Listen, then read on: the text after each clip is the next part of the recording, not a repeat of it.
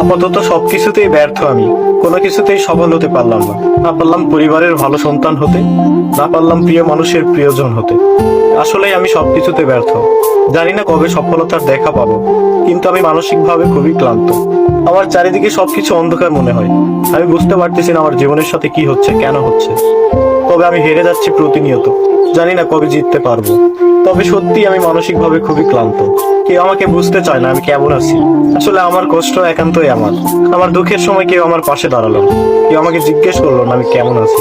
একটা কথা কি ভাই জানেন, খারাপ সময়ে আপনি বুঝতে পারবেন আসলে ভালো সময়ের কি মূল্য।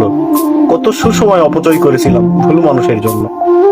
একটা সময় ভেবেছিলাম তারাই আমার সবকিছু, কিন্তু দেখেন এখন বুঝতে পারতেছি আসলে কে আপন আর কে পর।